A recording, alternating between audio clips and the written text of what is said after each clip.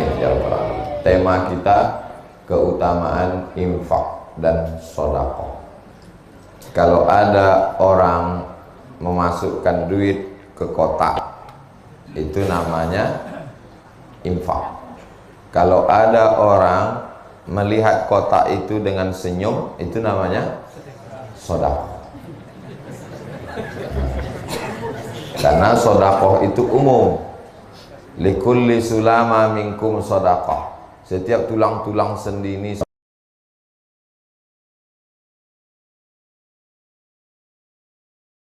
Bismillahirrahmanirrahim. Assalamualaikum warahmatullahi wabarakatuh.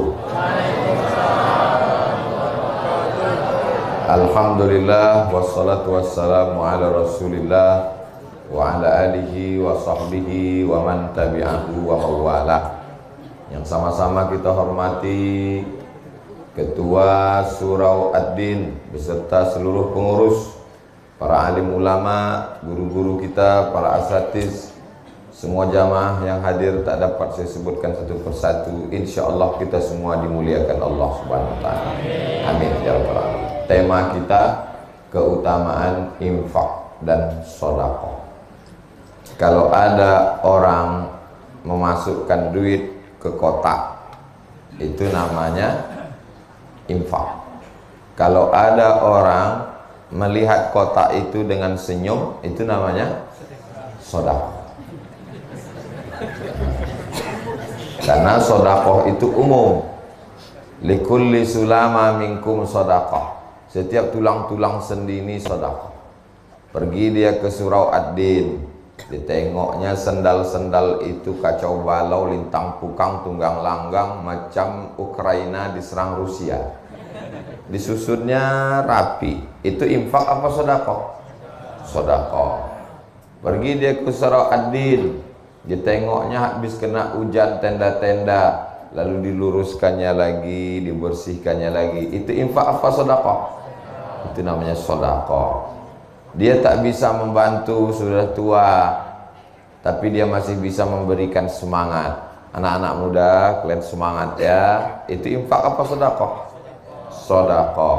Makanya kata Nabi, tabassumika fi wajhi akhika sedekah. Senyummu ke wajah saudaramu itu adalah sedekah. Sedangkan infak, wa anfiqu min thayyibati ma kasabtum.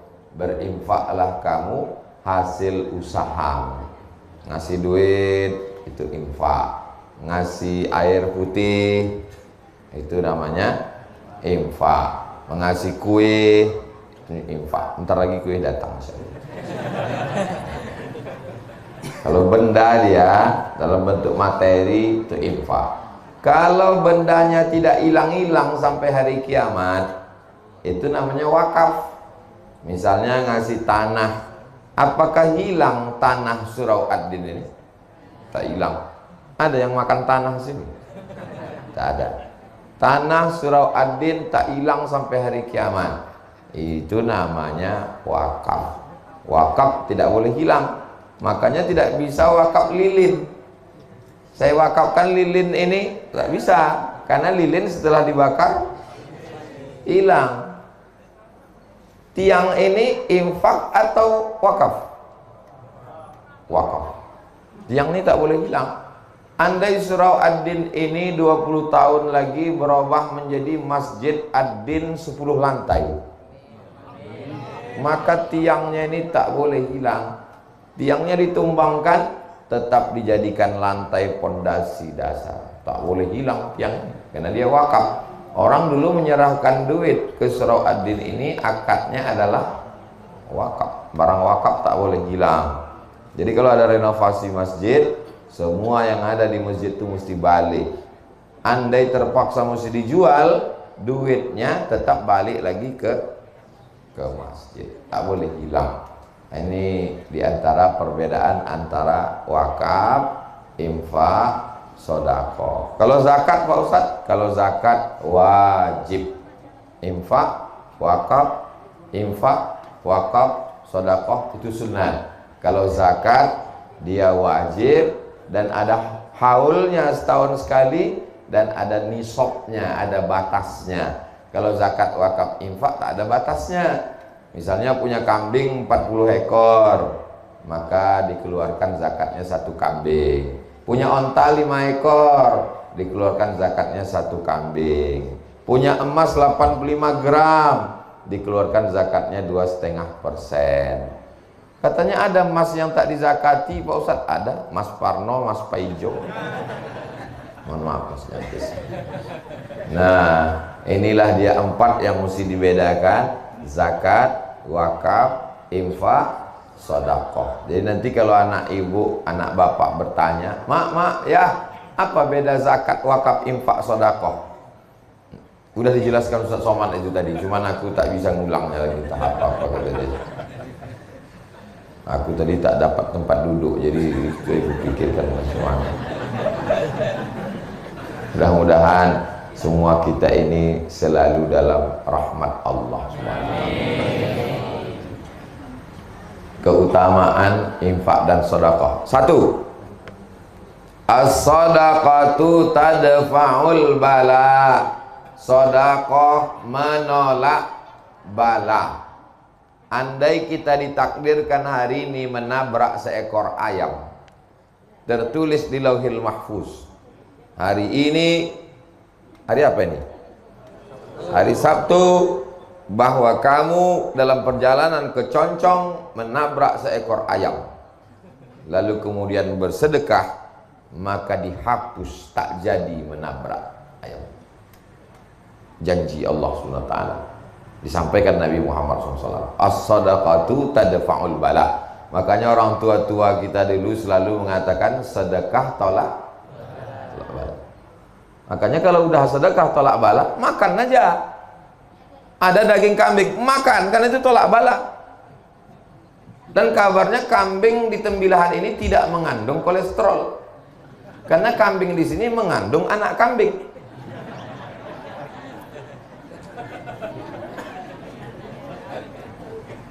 Kita selalu minta tangannya begini ya. Begitu tolak bala langsung berbalik. Allahumma dafa'anal ghala wal waba wal bala wal riba wasyuyufal mukhtalifata wasyada'ida wal mihad. Menolak segala bala. Dia lupa ada satu lagi cara menolak bala adalah apa pula bersolawat. Solawat betul juga, tapi tema kita ini bersedekah. Salawat bagus, tapi tema kita ini sedang bersedekah. Kadang orang-orang pelit nih kalau begitu dibelok-belokkannya, biar tak keluar duit. Apa tak sanggup Allah Subhanahu Wa Taala menurunkan emas 3 ton di halaman surau Ad-Din ini? Innama amruhu idza arada syai'an ayakula lahu kun. Sanggup, mudah bagi Allah. Kenapa tak diturunkannya? Ujian. Ada orang diuji kakinya datang ke surau, buktinya lulus. Ini jamaah Tembilahan diuji kakinya untuk datang ke surau Ad-Din, becek-becek, hujan-hujan, pagi-pagi, dingin-dingin, lulus. Datang dia kemari. Sampai kemari di luar pula. Tak merajuk dia, tetap bertahan. Andai ada orang yang diuji telinganya mendengarkan ceramah, lulus. Tapi ketika diuji kantongnya, disitulah kumat penyakit asli. Jadi ini sedekah, infak ini adalah ujian dari Allah. Mudah-mudahan kita semuanya lulus ujian insya Allah. Jadi kalau mau dijauhkan dari segala matra bahaya bala. Anak saya kuliah di Jakarta, di Jogja, di Surabaya, di Medan, jauhkan dari bala Pak Ustadz, sedekah. Suami saya sedang di luar kota Pak Ustadz, doakan supaya jangan sampai dilarikan pelakor, sedekah. Istri saya cantik Pak Ustadz, takut dia dipelet orang, sedekah. Namanya sedekah tolak bala. Belum ada lagi tolak kuih, tak ada. Belum ada lagi tolak teh tarik, tak ada. Yang ada tuh tolak bala. Bagaimana cara menolak bala? Doa. Bagaimana cara menolak bala? Zikir. Bagaimana dengan cara menolak bala? Kata Nabi, idza ra'aitum, kalau kamu menengok ada bala, musibah datang, Maka kata Nabi, fatasaddaqu, maka bersedekahlah kamu. Dulu orang-orang tua kita itu tak pakai dalil dia. Dimasaknya ayam, dimasaknya nasi, dimasaknya kue, diundangnya tetangga. Habis itu, mari kita berzikir, qul huwallah, qul huwal falaq, qul huwal nas, ayat kursi, afdhalu zikri fa'lam annahu la ilaha illallah. Apa acara ini, Pak? Sedekah tolak bala. Tak tahu dia dalil hadisnya, yang penting diamalkannya. Beda sama orang sekarang, tahu hadisnya, sering ngaji tapi tak pernah diamalkan. Itu maka orang dulu itu lebih berkah hidupnya. Alhamdulillah, orang-orang tembilahan ini suka bersedekah tolak bala. Itu maka tembilahan ini aman sampai hari kiamat insyaallah. Surau ad-din, din agama. Agama inilah yang menyelamatkan kita. Kalau mau selamat anak cucu kita, surau ad-din ini mesti besar. Ad-din, agamanya mesti selamat. Selamat, makanya doa selamat yang pertama, Allahumma inna nas'aluka salamatan fid-din, selamat dalam agama.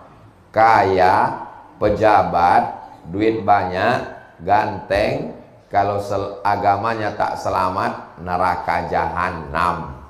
Jadi baik kayu bakarnya neraka, tak ada gunanya hidup di dunia.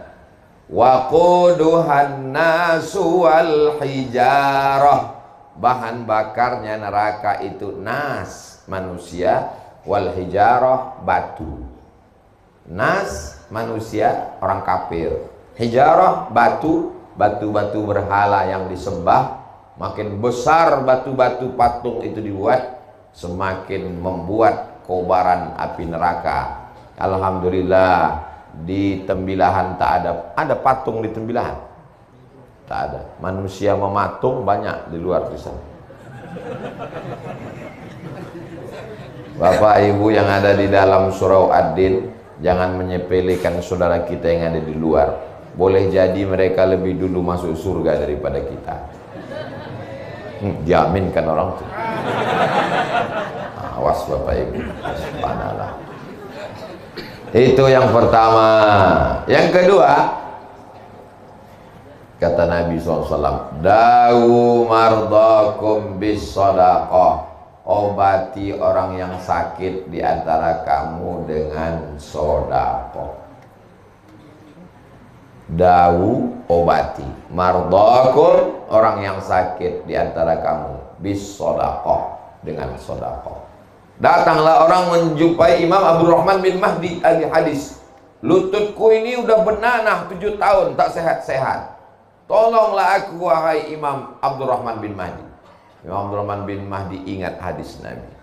Kata dia, kau sedekah. Sedekahnya gali sumur. Cari kampung yang tak ada sumurnya, gali sumur. Setelah digali sumur, kering nanah di lututnya itu sehat. Apa hubungan sumur dengan lutut bernanah? Ternyata orang kampung habis minum berdoa, ya Allah, balaslah kebaikan orang yang bersedekah sumur ini. Tak ada yang sulit bagi Allah Subhanahu wa ta'ala. Ada orang Saudi Arabia sakit, pergi ke Amerika, medical check up dari ujung rambut sampai ujung kaki.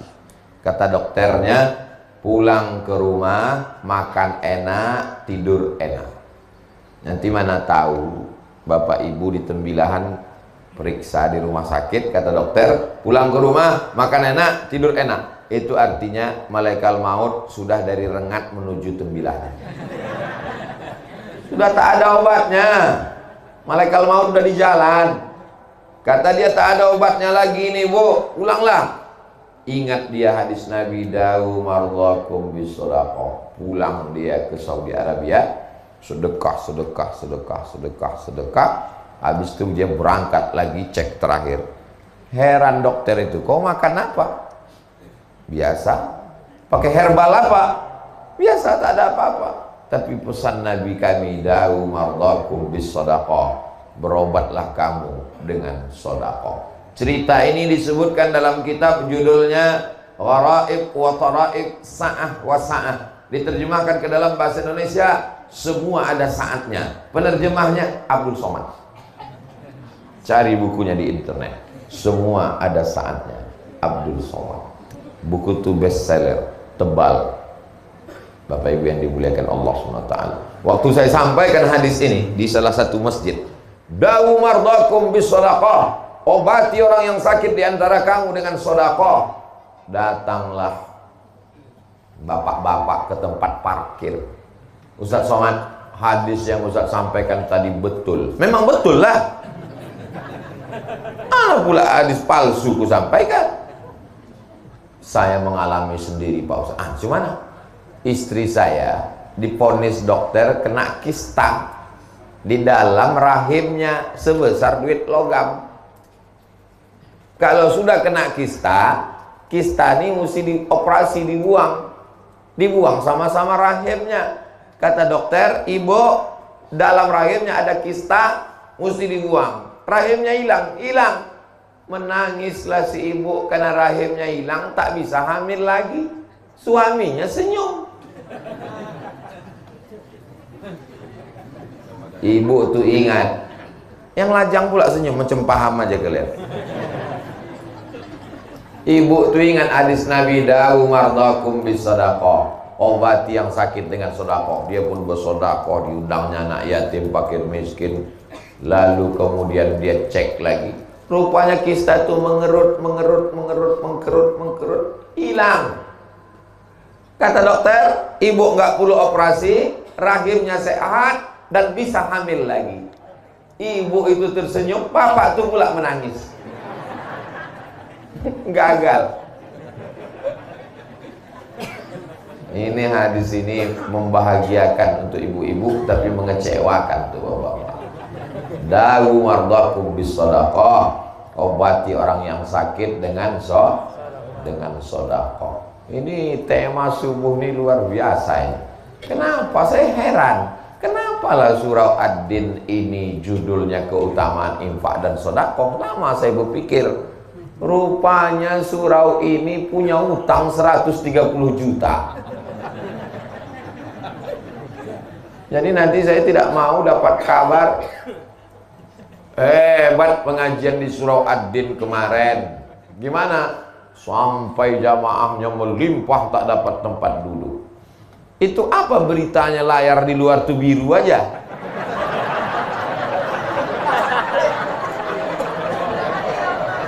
Hah? Sinyal hilang. Yang anehnya layar tuh biru, bapak-bapak tuh tetap menengok layar. Saya heran dari tadi orang tuh nengok ke sana. Orang tuh nengok layar terus. Saya tengok sini. Oh, udah muncul. Mudah-mudahan bapak-bapak hilang lagi.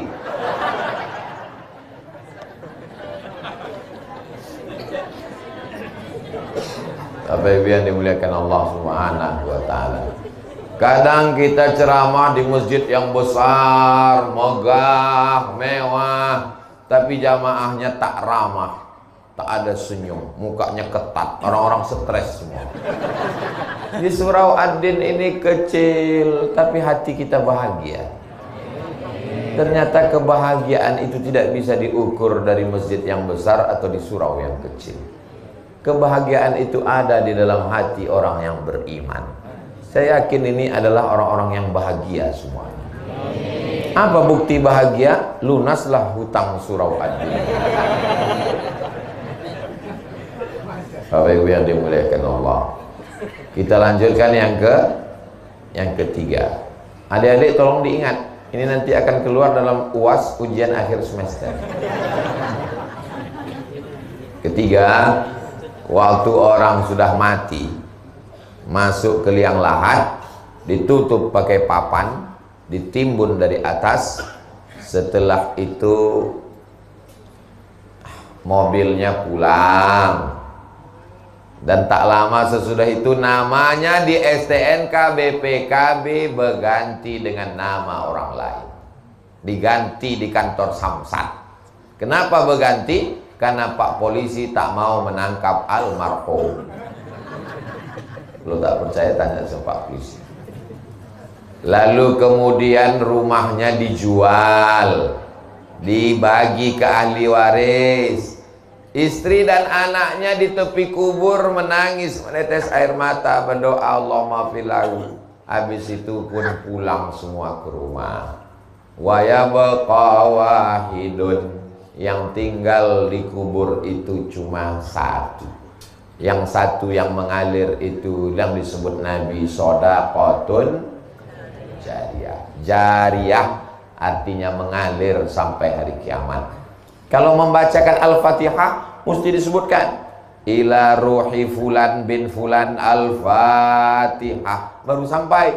Tapi kalau untuk sedekah jariyah, siapa yang berwakaf tanah Surau Ad-Din nih, saya tak tahu namanya. Tapi dari mulai ayat yang saya baca jadi imam tadi, tausiah, zikir dan doa, mengalir pahalanya ke orang yang berwakaf Surau Ad-Din sampai hari kiamat. Zuhur, asar, maghrib, isya, i'tikaf, salat Ramadan, tarawih, mengalir. Itulah yang diingin-inginkan orang mati, mendapatkan pahala yang tak putus. Ibu-ibu masih ada wirid Yasin? Ada. Begitu pas, jangankan mati, maaf cakap, sedang halangan aja udah tak datang. Ibu anu kok nggak datang? Ya dia belum bisa datang. Kenapa? Anaknya masih kecil. Oh, ibu yang satu lagi anaknya kan udah besar. Anak yang besar tuh pula menitipkan anak kecil. Dulu tak datang wirid Yasin menjaga anak, sekarang tak datang wirid Yasin menjaga cucu. Belum lagi mati udah berhenti wirid Yasin. Tapi ada yang mengalir sampai hari kiamat.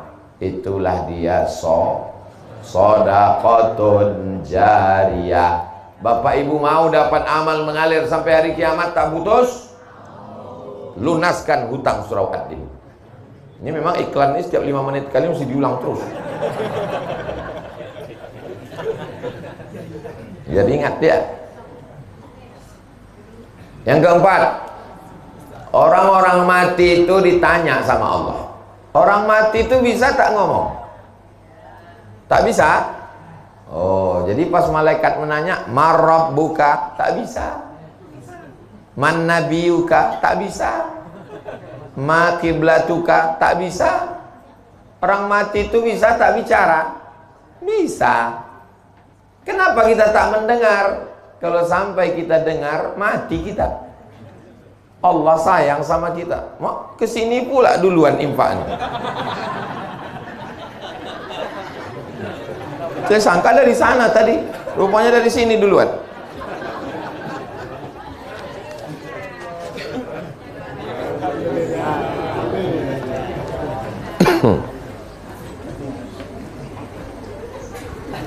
Saya walaupun pakai kain tetap pakai celana di dalam.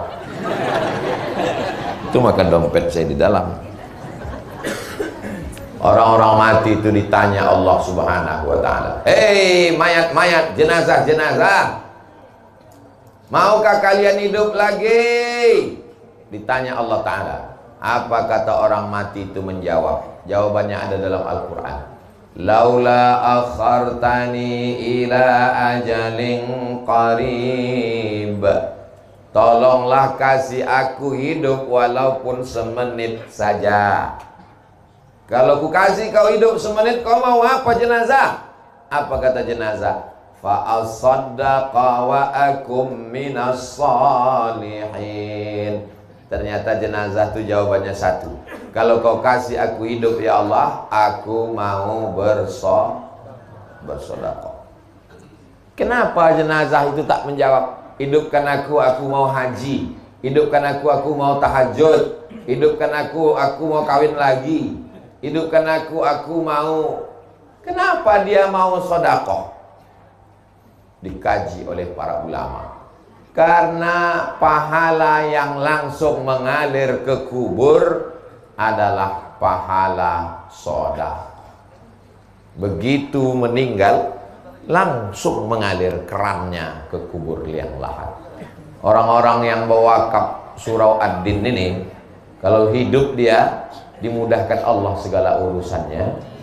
Kalau dia sudah meninggal, dilapangkan kuburnya sejauh mata memandang.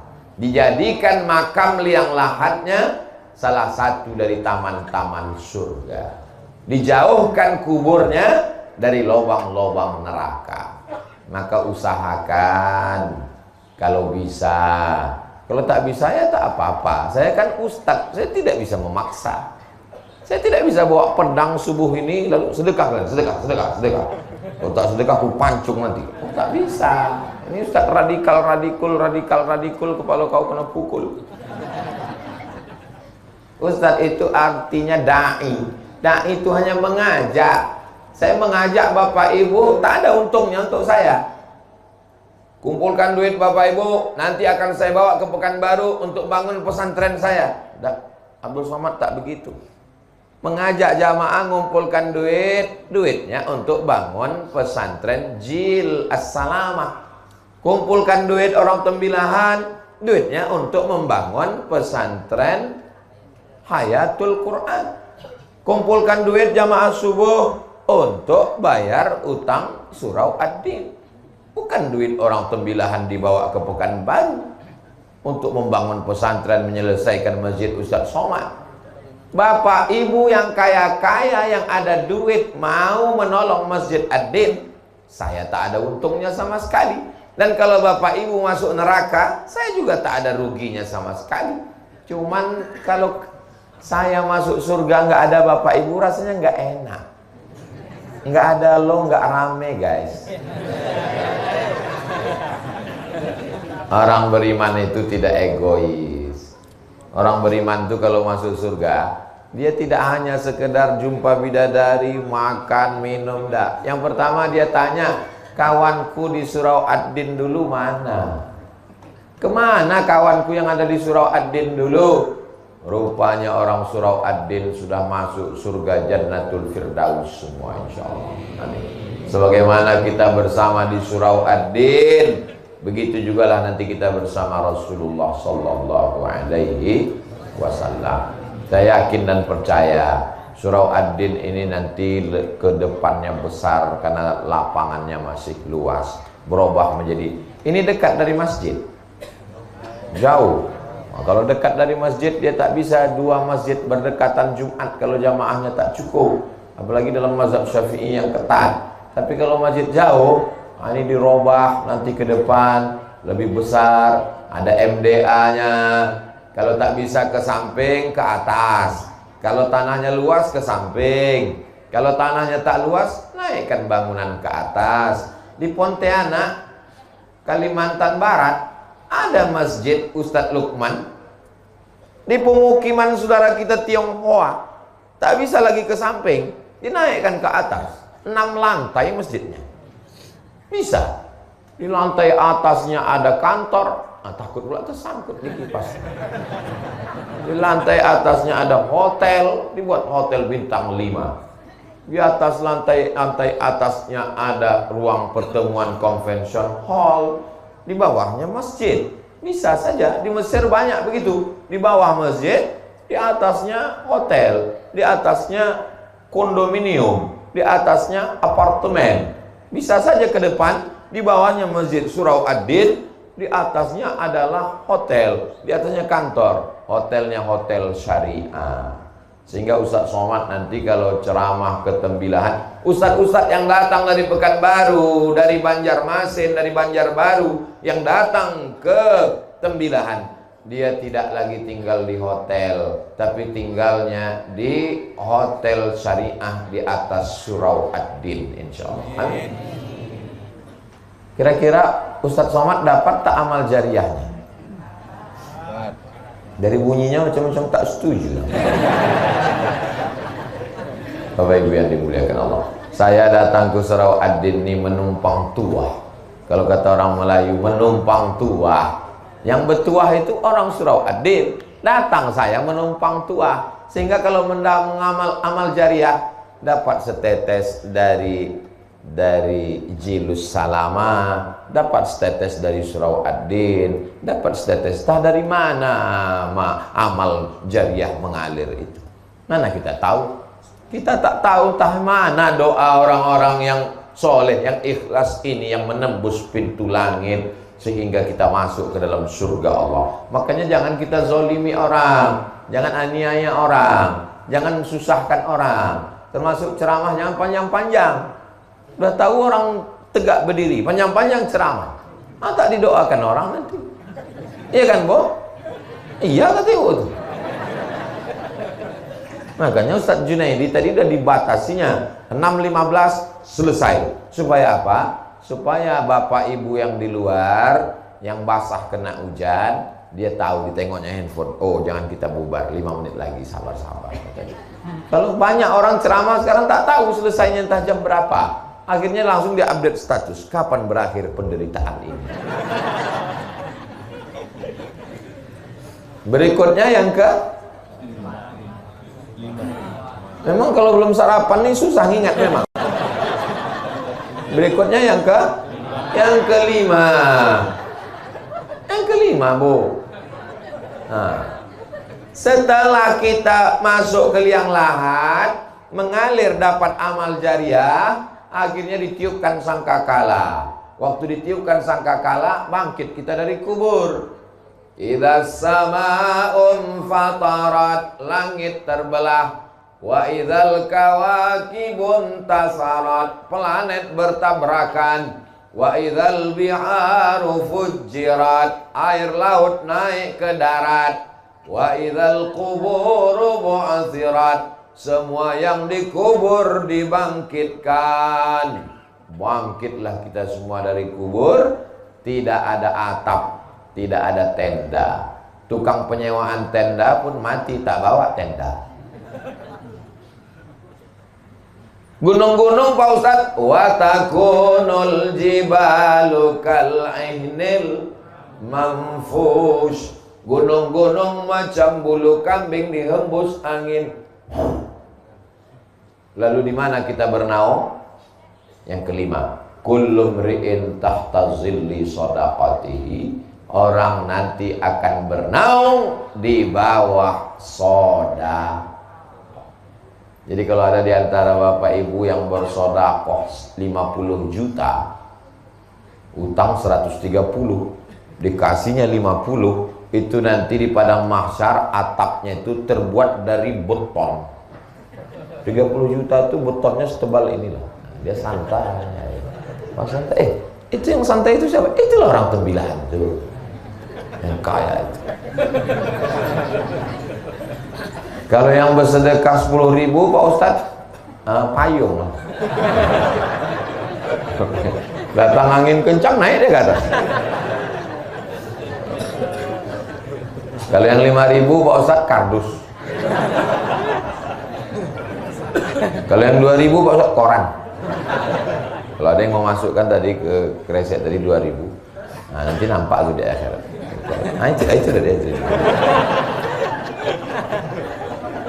Kullu mri'in tahta zilli shadaqatihi, semua orang akan bernaung, berlindung, beratap di bawah ada yang tenggelam dengan keringatnya sampai ke lutut, ada yang tenggelam karena keringatnya sampai ke pinggang, ada yang tenggelam karena keringatnya sampai ke leher. Kepanasan di padang mahsyar. Datang mereka menghadap ke Nabi Adam. Adam, tolong menghadap Allah, kami tak tahan lama-lama menunggu. Kata Adam, aku tak sanggup menghadap Allah, aku malu. Dulu kata Allah, jangan makan buah kuldi, ku makan juga. Datang mereka menghadap ke Nabi Nuh. Kata Nabi Nuh, aku malu menghadap Allah, karena anakku Kan'an mati tenggelam kafir.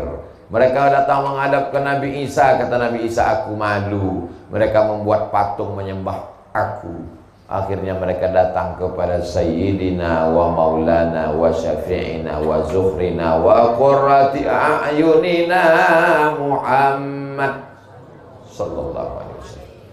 Itulah mengapa kita generasi yang terakhir, kalau bahasa Tembilahannya last edition. Kita memang umat yang terakhir, umat yang paling kecil, umat yang paling pendek, umurnya paling singkat, tapi kita lebih dulu masuk surga. Kenapa? Karena Nabi kita lah yang berani menghadap Allah Subhanahu wa ta'ala. Jadi selama beribu tahun di padang mahsyar itu, siapa yang menyelamatkan kita? Di mana kita bernaung? Kata Nabi, kullu mri'in tahta zilli shadaqatihi. Setiap orang bernaung di bawah sedekahnya. Beruntungnya orang yang membangun surau Ad-Din ini. Maka nanti ketika kamu menghadap Allah di padang mahsyar, dia di bawah naungan sedekahnya. Bertuahnya orang yang bersedekah subuh ini, maka ketika nanti di padang mahsyar, dia bernaung di bawah sedekahnya. Insya Allah. Berikutnya yang keenam. Yang keenam itu adalah kata Nabi sallallahu alaihi wasallam, "Ma min muslimin yusbihu." Kalau ada orang Islam yang nyawanya sampai subuh. Nyawa kita sampai tak subuh nih? Karena sampai inilah kita hidup. Kalau tak sampai udah mati kita tadi malam. Datang saya melayat jenazah. Gimana suami ibu malam tadi? Malam tadi dia tidur Pak Ustadz, nonton TV, megang handphone.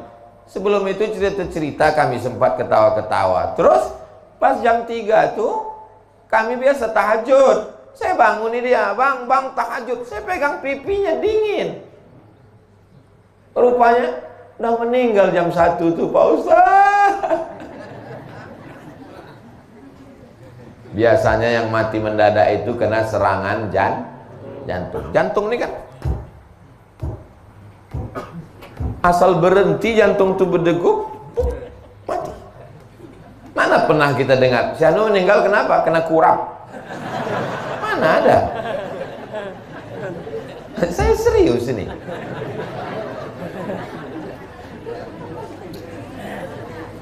Orang mati karena jantung berhenti berdetak. Kalau jantung berhenti berdetak, darah tak mengalir.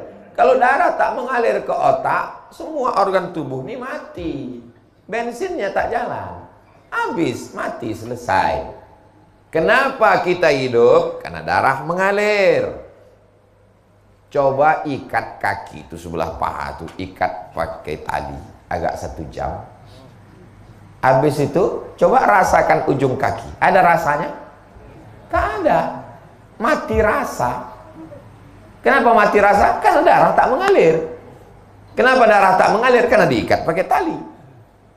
Begitulah kalau seluruh badan kita ini darah tak mengalir, mati. Kenapa darah mengalir? Karena jantung menyemburkan darah. Dokter hanya bisa menjawab sampai di situ.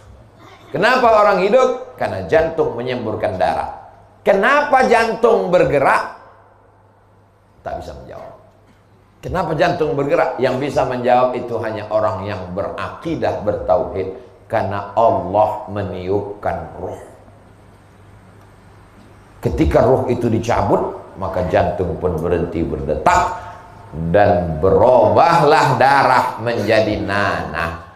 Darah itu berubah menjadi nanah, daging membusuk, biji mata keluar mengelupas, rambut yang selama ini habis 30% anggaran belanja untuk beli sampo. Habis, rambut mengelupas dari kepala, usus membusuk, pecah. Dan cacing datang menyerang. Apa kata cacing? Brownies sudah siap. Akhirnya kita hanya setumpuk daging busuk yang akan menjadi santapan cacing tanah. Alhamdulillah subuh ini kita hidup. Dan tadi kita katakan alhamdulillahilladzi ahyana ba'dama amatana wa ilaihid nusyur. Siapa yang hidup subuh dikirim Allah 2 malaikat. Yang satu malaikat berdoa. Apa kata malaikat? Allahumma ati munfiqan khalafa. Orang yang bersedekah kasihlah dia ganti. Jadi yang bersedekah tadi yang bersedekah masukkan duit, itu semuanya sudah dapat doa malaikat subuh. Maka nanti digalakkan, digiatkan sedekah subuh Masjid Surau Ad-Din. Bapak Ibu setuju? Gimana kabar Surau Ad-Din? Ustadz Junaidi, alhamdulillah Ustadz Somad, sejak Ustadz galakkan sedekah subuh, makin berkurang jamaah subuh.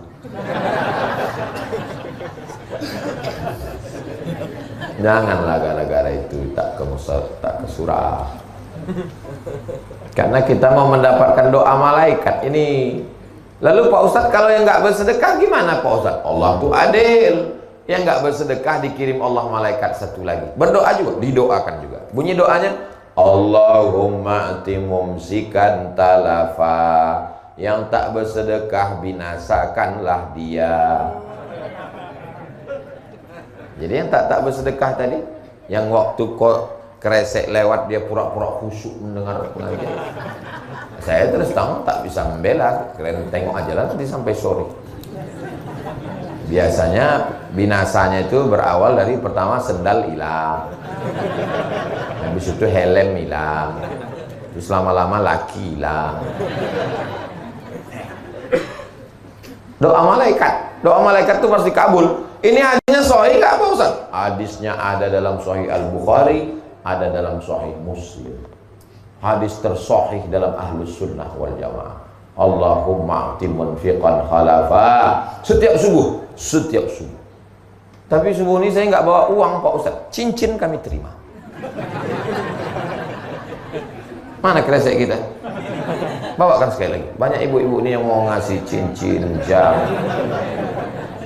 Besok jalan sekali lagi Pak. Ada kunci motor, masukkan. Kunci berangkas, masukkan. Saya melihat orang Mesir bersedekah. Begitu dibawakan goni beras, langsung orang Mesir, ibu-ibu, emak-emak Mesir itu membuka cincinnya, rantainya, gelangnya, masuk semua. Tenang saya nengok. Begitu dibuat di Indonesia, mereka buka carinya mana yang paling kecil. Oh enggak jadi. Ada satu yang masukkan, begitu dibawa ke toko Cina, ayah imitasi lah. Kecuali di Tembilahan. Tembilahan ini orangnya orang-orang radikal. Pulang sholat Jumat di Masjid Al-Huda kemarin, saya posting 2 video. Susah mau keluar masjid. Di tempat lain biasa, mau lewat-lewat lah. Di sini luar biasa. Pondok pesantren bertumbuhan. Maulid paling ramai Tembilahan, Indragiri Hilir. Orangnya orang-orang militan. Misalnya kan saya yakin ini utang Adin ini lunas subuh. Pokoknya apapun judulnya, ujungnya utang ini lunas. Berikutnya yang ketujuh. Yang ketujuh adalah bahwa Nabi Shallallahu Alaihi Wasallam mengatakan, shadaqatus sirri tadfa'u mitatassu. Sedekah menolak mati su'ul khatimah. Jangan bangga dengan zikirmu, jangan bangga dengan amalmu, jangan bangga dengan ibadahmu, karena kau belum tentu selamat kalau mati dalam keadaan su'ul khatimah. Kita mau mati dalam keadaan husnul khatimah. Anak kita yang membisikkan ke telinga, la ilaha illallah. Iya kalau matinya di rumah. Kalau matinya di pesawat, kalau matinya di rumah sakit, ruang ICU, security pun tak boleh masuk. Yang bebas masuk cuma malaikat maut. Kalau matinya dalam kecelakaan lalu lintas, nauzubillah, siapa yang membisikkan ke telinga kita la ilaha illallah, tapi ada orang yang dijamin matinya husnul khatimah. Siapa dia? Orang yang bersedekah. Yang bersedekah untuk hutang surau ad-din ini. Ini semuanya mati husnul khatimah. Yang 100.000 husnul khatimah. Yang 50.000 husnul khatimah. Yang 2.000 setengah-setengah.